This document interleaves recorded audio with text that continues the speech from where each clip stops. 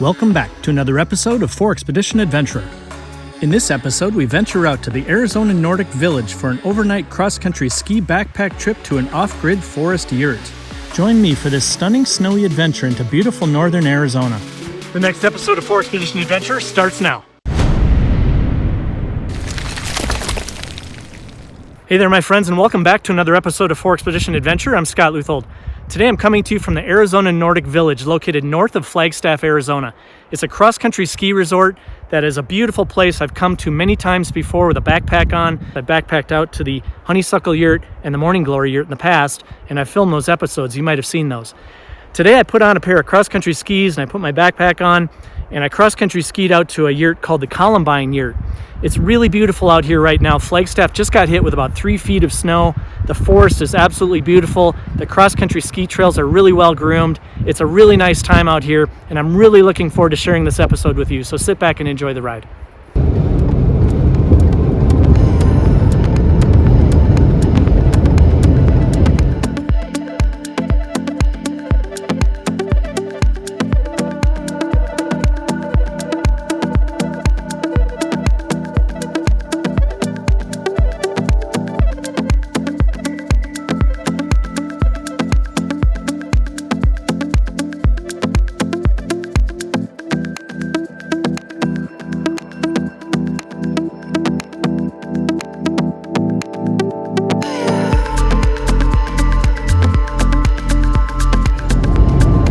Passing by Sedona, and there's still a little bit of snow on the red rocks in Sedona. I can see from out the side window here. But a couple of years ago, maybe 5 years ago, I spent New Year's Eve in Sedona, and that evening it blizzard. We had a huge blizzard, and I got up the next morning and the roads weren't even plowed. There was probably at least a foot of snow on the roads, if not more. And I decided to get out there with my camera and shoot some beautiful photography. And Sedona is just so magical anyway, but in the wintertime when they get a fresh layer of snow on the red rocks, it is truly stunning. And to be there during a blizzard when the snow is coming down and you can see the red rocks through the blizzard snow coming down, and then afterwards you see all the blankets of snow sitting on top of terracotta fire pots and, you know, hanging on the red rocks.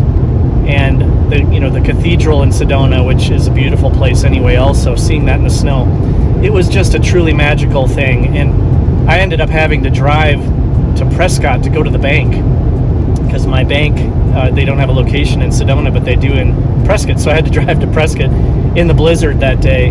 There were cars in the ditch all over the place. It was really pretty crazy. But Sedona is a magical, magical place in the snow.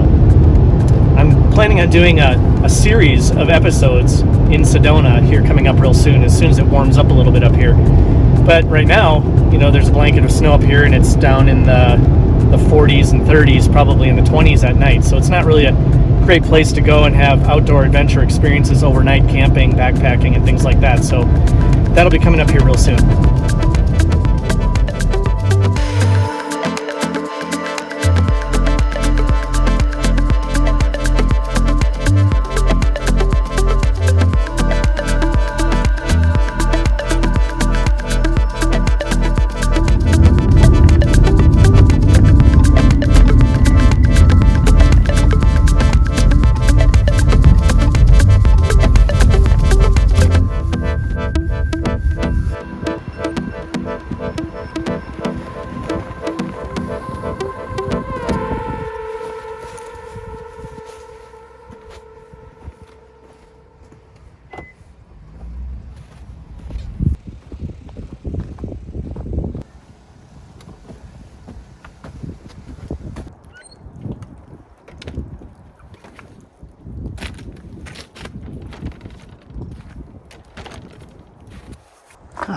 Here we are. Look at that beautiful snow. Flagstaff is beautiful here at the Arizona Nordic Village. Got a mile cross-country ski. There's cabins here that you can rent right here by the parking lot.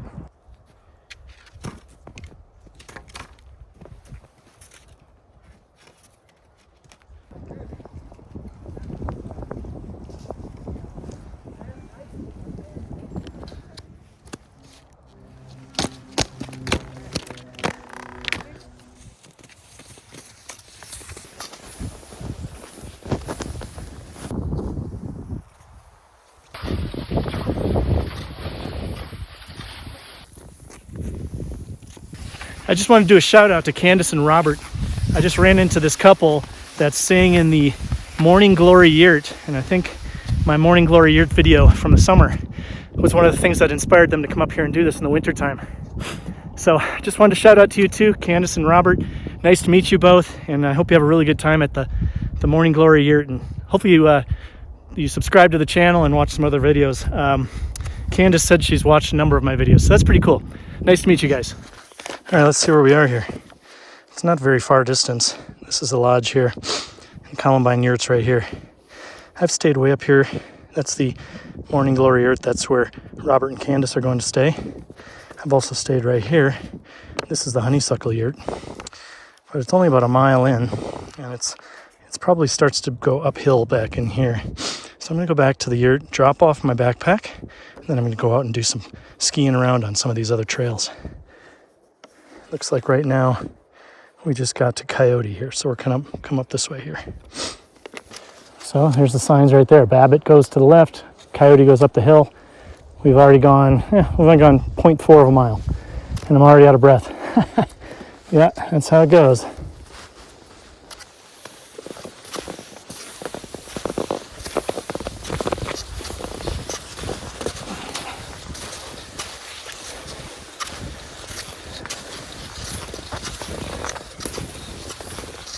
Time for a little uphill. Two-way traffic.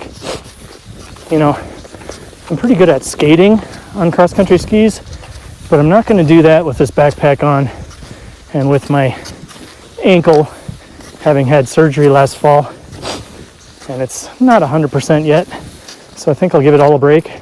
I'm just fortunate enough to be coming out here and doing any skiing at all.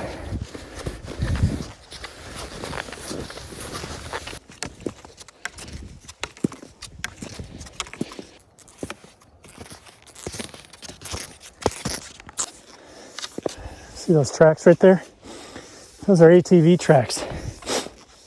Those are there because if you stay in a yurt, you can pay extra to have all of your gear transported up to your yurt for you, so you don't have to carry anything. I didn't do that. I'm throwing my stuff on my back, but I did have them put 2 gallons of water in the yurt for me, so I didn't have to carry much water. Keeps my pack a lot lighter. There's no way I'd have been able to carry 2 gallons. I might not even need 2 gallons, and frankly, if I didn't have any water, I could melt snow. But anyway, let's get some fresh drinking water, and they stock it for you. They also stock the place full of firewood, which is really cool, as you've probably seen in the past in my videos.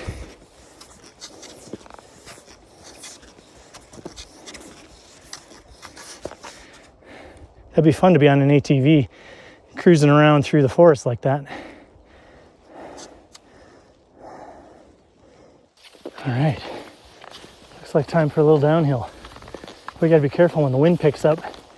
Big clumps of snow drop from the trees. I just missed one. Or I should say it just missed me.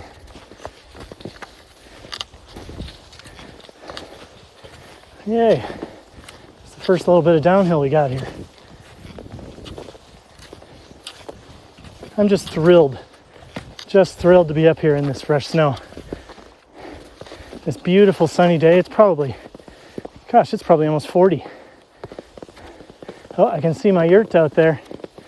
Wow, we're almost there already. It's out there in the distance. It looks like there's 2 there. Maybe I'll be camping next to somebody. That's all right. I wasn't really feeling like I needed a solo trip anyway. Maybe there'll be somebody in there that I can hang out with.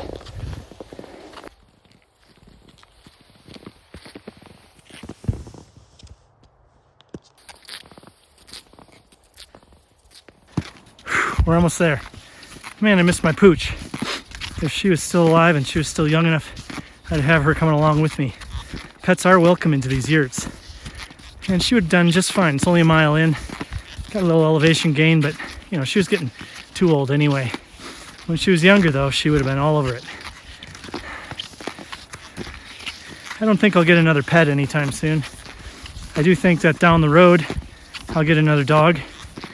But right now, I just feel like it's important for me to have total flexibility and freedom and no obligations, so I can just do things like this, take off on a moment's notice and go somewhere, you know. And sometimes I like to go places where pets aren't allowed, and therefore you got to find somebody to take care of her. So, you know, we'll figure it out down the road.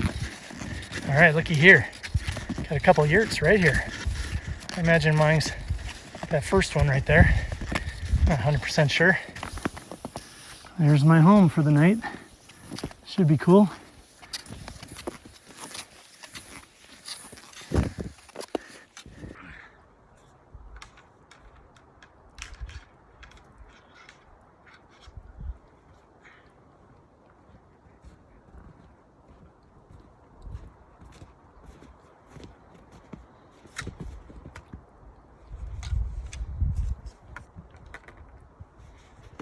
Looks like they have a solar panel here charging a lantern. That's pretty cool. And then back here, look at this fresh snow right here outside the door. Plenty of wood. I don't think I'm gonna get cold tonight. They even have a grill out here. It's pretty cool. These things are on a keypad, so you just get your code by email when you first get a reservation, and then you just go in. Looks like they've already got it unlocked here. Oh, it's even warm in here. Very cool. Oh, and it's a full moon night. There'll be a full moon. The full moon will probably be shining straight down on me in the ceiling. How cool.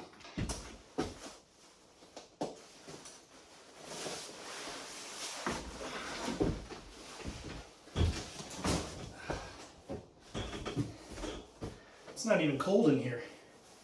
I'm sweating like crazy here. I got too many layers on. I think I can go skiing without a jacket.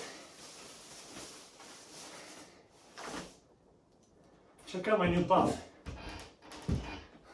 Look at the neck gaiters we got. These are 4 Expedition neck gaiters. Yeah, these new gaiters are pretty cool, aren't they? I just got them made. Tell you what I'm going to do. I'm going to give 3 of these away. The first 3 Team 4X members that log into the membership portal and answer the trivia questions that I've posted inside the community on the community board, and they get the questions right, will get a free gaiter. I'm going to give 3 of them away. Get in there, log in, answer the trivia questions, answer them correctly, be the first 3 people to do it correctly, and you'll get yourself a free gaiter. I'll ship them out next week. I only skied 1 mile. Look at my shirt. Crazy, huh? I'm glad I brought another layer of clothing for tomorrow. I'll have to wear that today. And I also brought some PJs separate, because heck, you don't want to be going to sleep in wet clothes like this, man. It's nice they do offer a clothesline, so you can hang your stuff up. And even though it's snowed here, it's still pretty dry. It's very dry air in Arizona. So these are probably dry by morning, I'm hoping.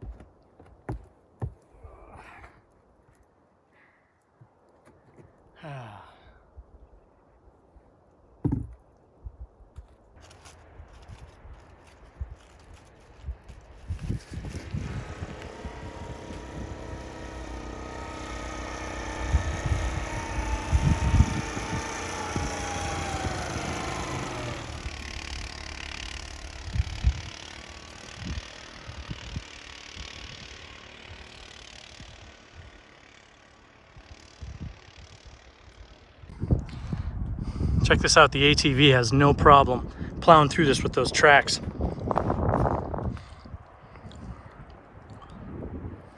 There's the other yurt out there. Looks like they got a puppy. Nice sandwich. Made this morning.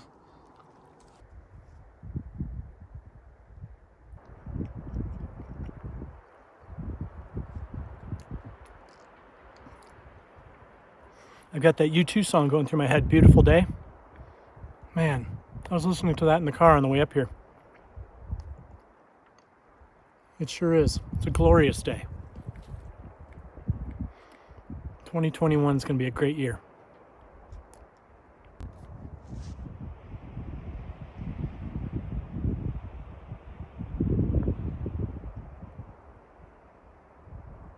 Probably better go out and get a little firewood for this evening. Get that done. The nice thing about staying out here is that I can go skiing later and get back to my yurt just before dark. Got some great firewood here. Plenty. I probably need to cut some down into kindling.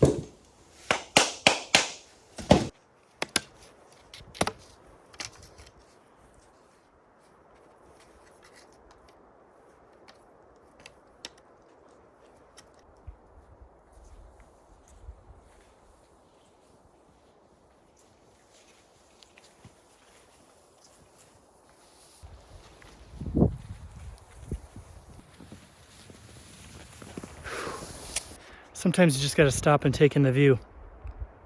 The snow here is just beautiful. I want to show you this here.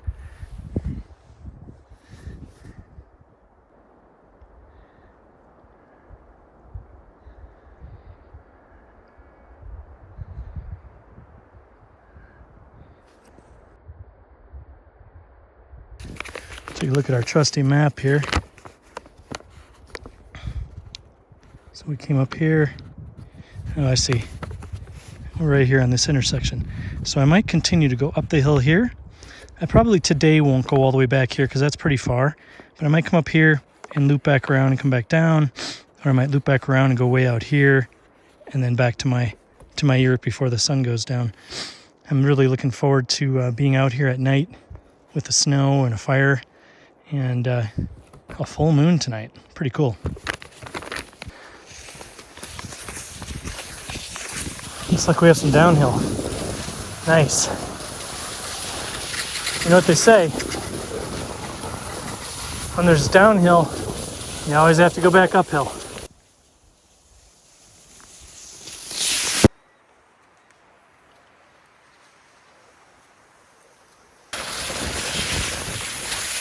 Wahoo!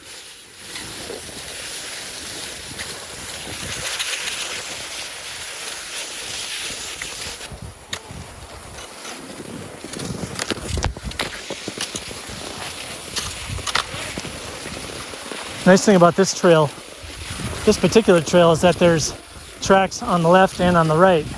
So there's tracks for people going uphill and tracks for people going down.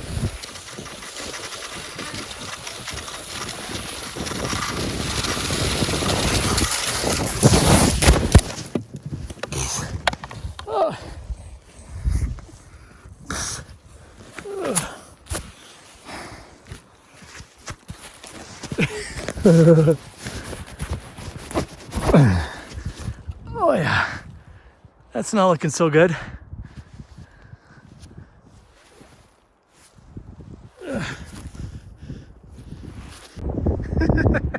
Man, I was moving and I just took a nosedive right into the snow over here. My arm went down probably 1.5 to 2 feet.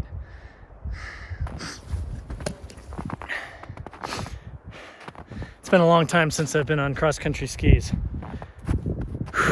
But it's fun, having a good time. I'm standing here talking to you, and look at how beautiful it is.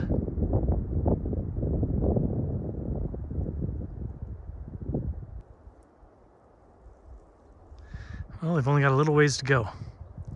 More downhill. I'll master this yet. Sun's gone behind the clouds now. Looks like somebody else bit it right there. Man, they came really close to this stump.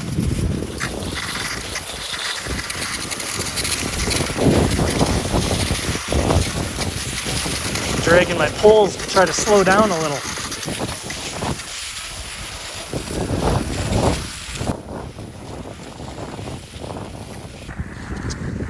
There we go.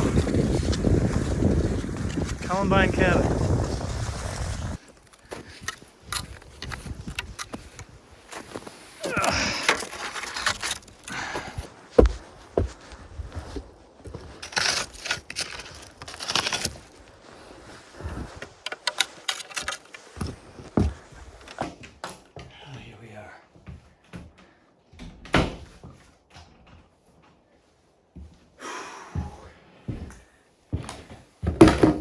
All right, let's see what kind of goodies they left us here. They did give me my water I asked for. I asked for 2 bottles. They gave me 3. This here is normally to put food in, keep rodents away. I've showed you that in the past videos. But in here, let's see what's in here. Some supplies. All right, we got paper towels. We got wipes. We got a first aid kit. That's pretty cool. And we got a couple lighters. It looks they've got 3 lighters in here. 3 big boxes of matches, some toilet paper, 4 boxes of matches, maybe even 5, and we got some playing cards in here, and we got some biodegradable soap. So, you know, they don't leave you high and dry out here. They leave you a couple items that you can use, and then of course, as I've mentioned in the past, they will actually cart your stuff out here for you on a snowmobile or ATV and have it out here ready and waiting for you. You know, it's nice that they give you this paper for starter. We don't always have that here. And because so, I brought my own newspaper, just in case.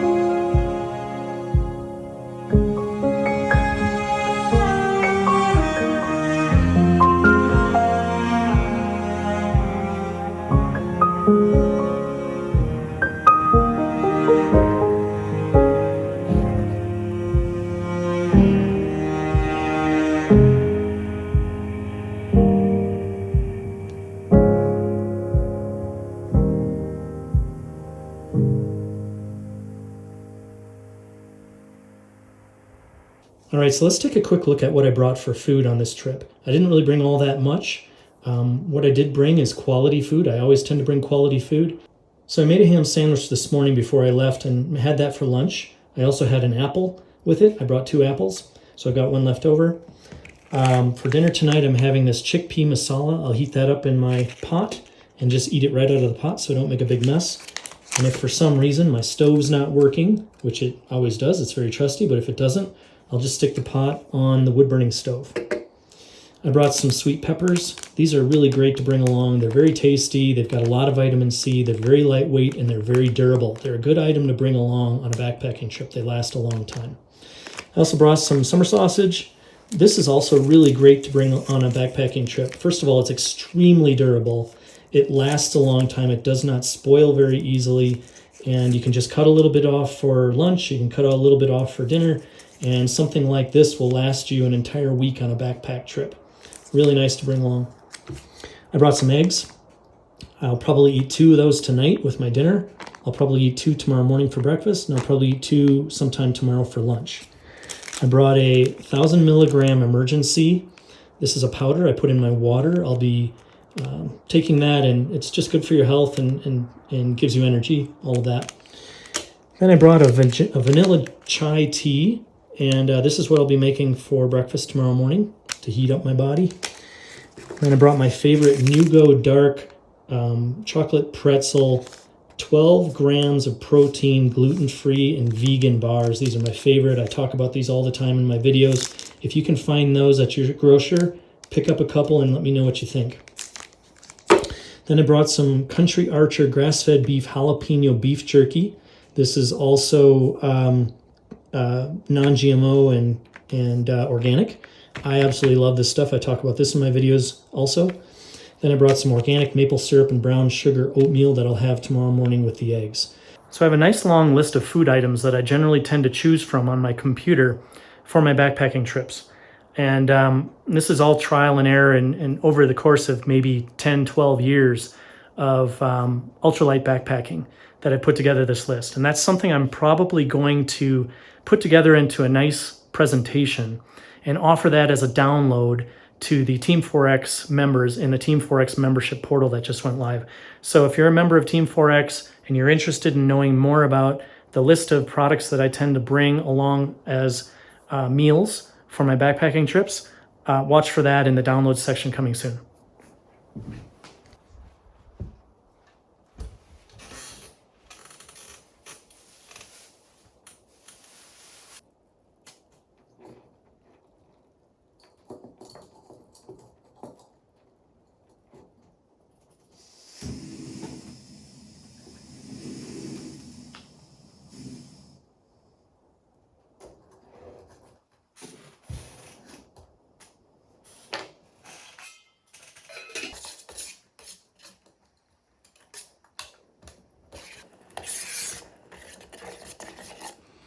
Smelling good.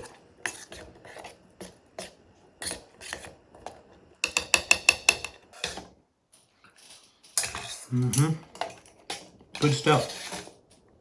You know, I've had a bunch of U2 songs going through my head lately. I've been kind of on a U2 binge. And I have to say I'm pretty astonished by how many songs U2 has created that are famous and popular, and how they've been able to transcend generation after generation after generation and appeal to those new generations. I mean, I've been listening to U2 since I was 16 years old, and I'm 51. And my son is 21 years old, and he listens to them. I mean, that's really incredible. I mean, they just, in my opinion, they're probably one of the greatest bands of all time. But I've had a couple of songs of theirs going through my head lately. In particular, well, probably goes without saying that today, the song Beautiful Day has been going through my head. I had that song going through my head quite a bit while I was out there cross-country skiing through the forest. Makes sense, right?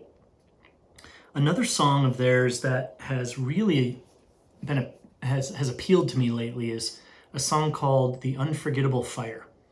And that's the name of the album that it's on as well. Not a lot of people remember that album so much. It wasn't all that famous, although they did have a song on that album that was quite famous called Pride in the Name of Love.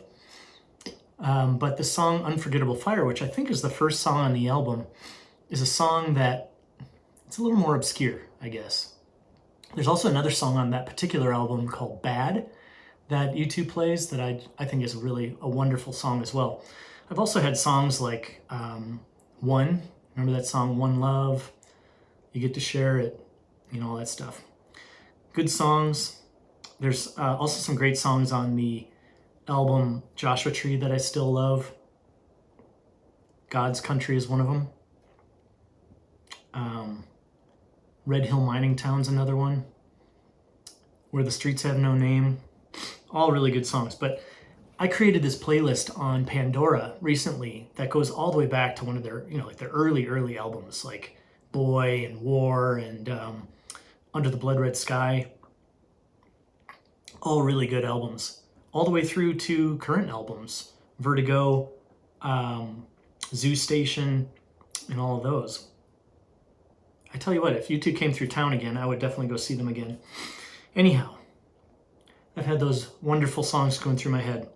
Look up that song Unforgettable Fire and listen to that. You'll kind of get an idea of what I'm talking about. That playlist, I think, is going to become my road trip playlist all year this year. There's something to be said about coming out here and spending time like this. It's times like these when you come out here and you're all by yourself, where you kind of reach a moment where there's a certain level of peace and balance that you feel. Once you got everything done, you've gone out and explored, you've come back to rest, you built a fire in the wood-burning stove or fireplace. While I was sitting by the stove today, warming my feet, I took off my shoes and socks and I put my socks and shirts and everything up on a line to dry out by the fire. And I kind of found this moment where I was very peaceful. And in those moments for me, especially when I'm going through challenging times, I don't give up, but I give in. And there's a big difference. So for me, when I was sitting by that wood-burning stove, there was a moment where I kind of gave in. I've had some challenges going on in my life, relationship-wise and that sort of thing, and some shifts and changes going on in my life. But while I was sitting there by the fire warming my feet, I felt like my dad, who passed away at age 56 back in 1998 of a brain aneurysm suddenly, was there with me.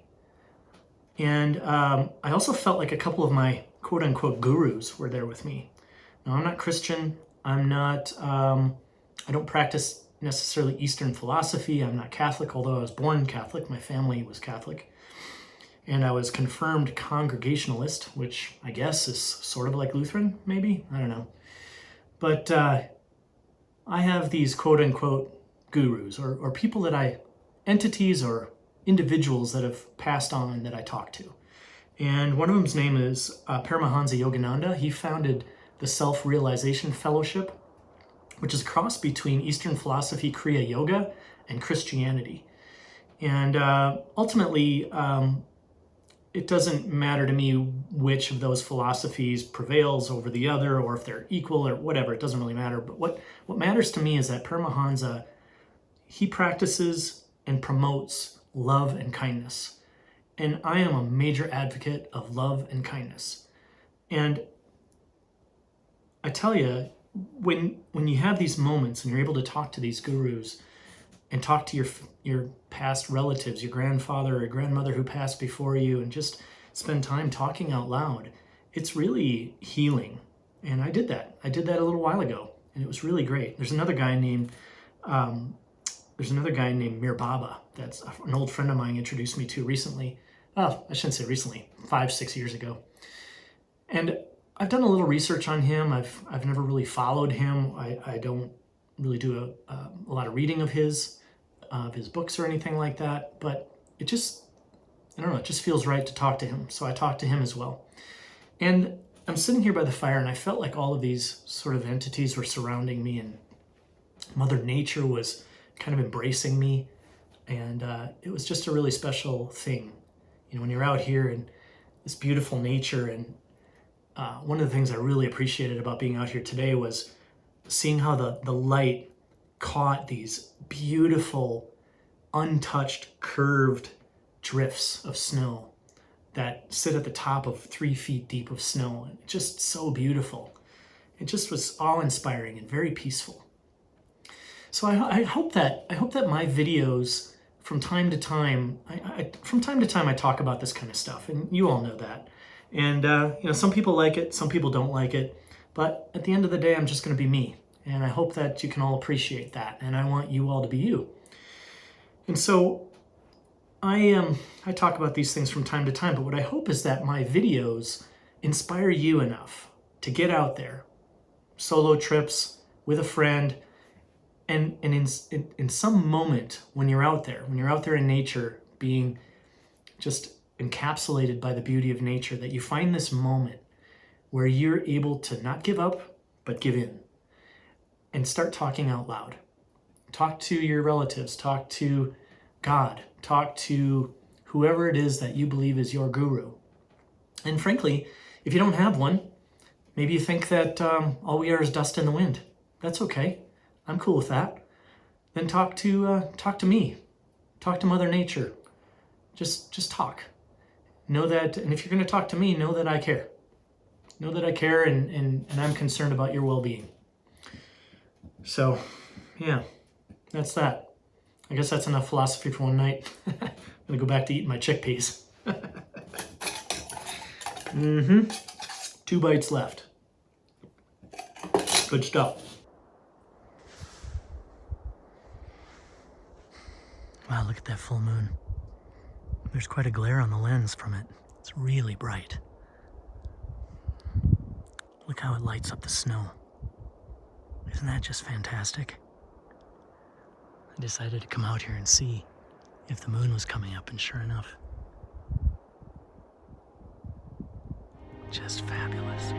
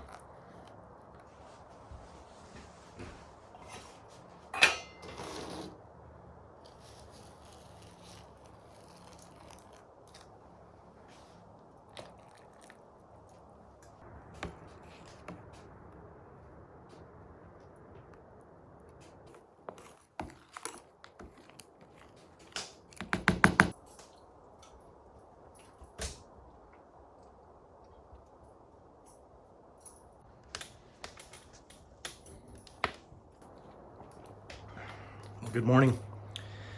Had a pretty good night's sleep. There was a mouse, though. I slept in a bunk bed, and I slept in the lower bunk. And in the upper bunk, there was a mouse that kept crawling around up there. I could hear it scurrying around and hear its little claws on the vinyl mattress that's up there. And every time I'd kind of sit up, you could hear it scurrying across the mattress. I wasn't really concerned about it too much, other than the fact that if it came down to my bed, I was a little more concerned about it maybe chewing on my sleeping bag, which is a very expensive down sleeping bag. But after a while, I just kind of ignored it and went to sleep. I haven't really mastered these wood-burning stoves yet. I mean, I need to probably adjust the flue or something, because the fire that I built last night was roaring and it was nice and cozy in here, and probably around 3-4 o'clock in the morning I woke up and rolled over and the fire was completely out. I got to play around with that some. I will say this though, that 0 degree down sleeping bag that I have is a really nice sleeping bag. I've used that for years. It's by Go Light, and Go Light went out of business. I've talked about them in the past. The wind's blowing pretty hard. There's no sun out. There's a lot of clouds. I think I'll just sit here for another hour or so by the fire and just enjoy being out here in the peace and quiet. You got to check out of these by 11. And from here, it's all downhill back to the car. So it's probably, and it's a mile, it's probably only going to take me about 15 minutes to get to the car. So I got plenty of time to just hang out here and relax.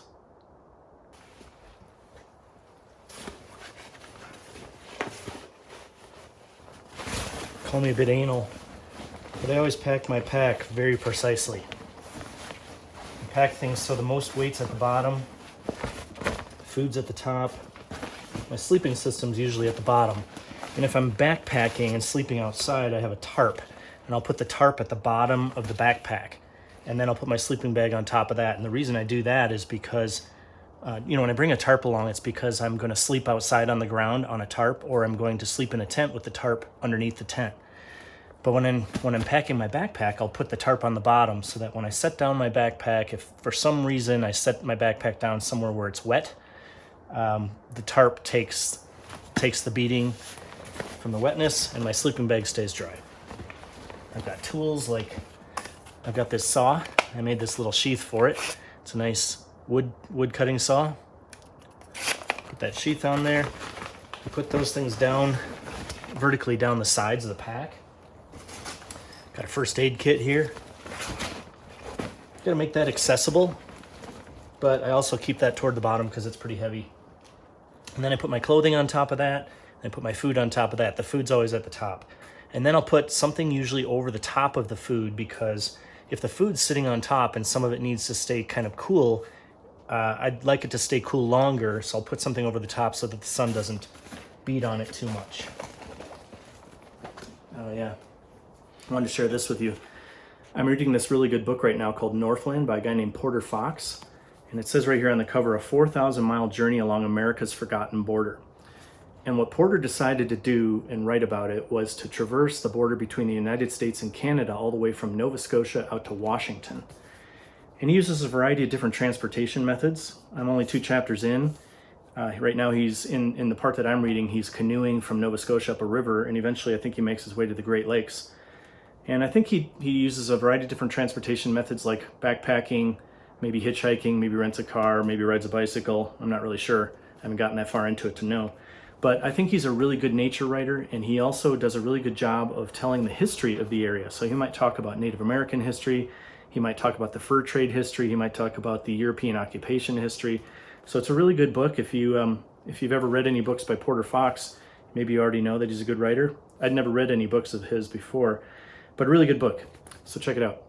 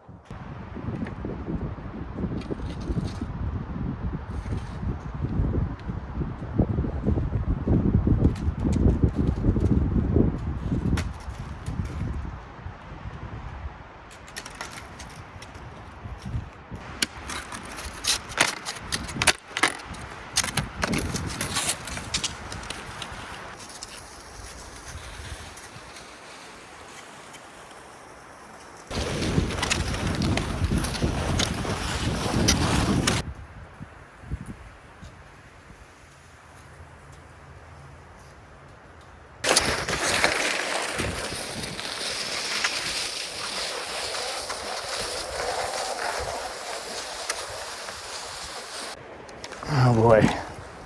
Here we go. There goes nothing.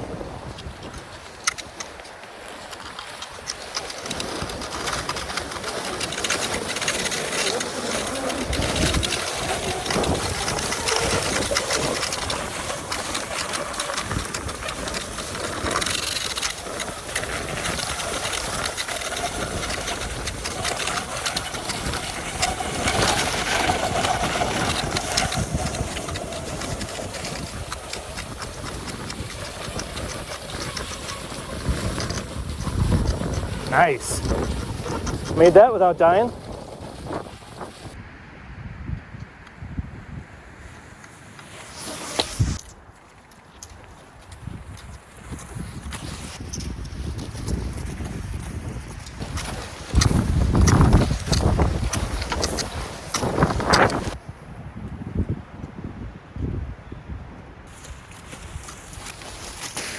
All right, looks like we're coming back to the lodge.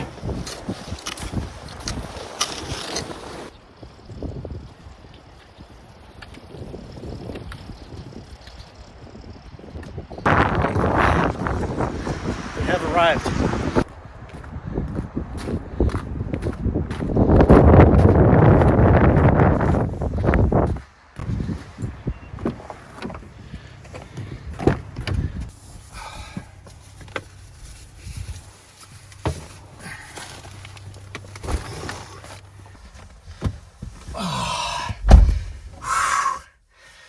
And we're back.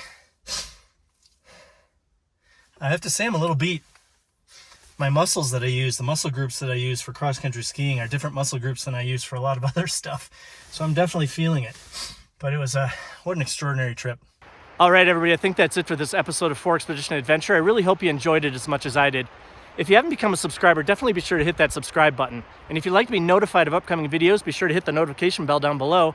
And if you'd like to become a member of Team 4X, go to 4expedition.com/join to learn more. Until the next time, take care.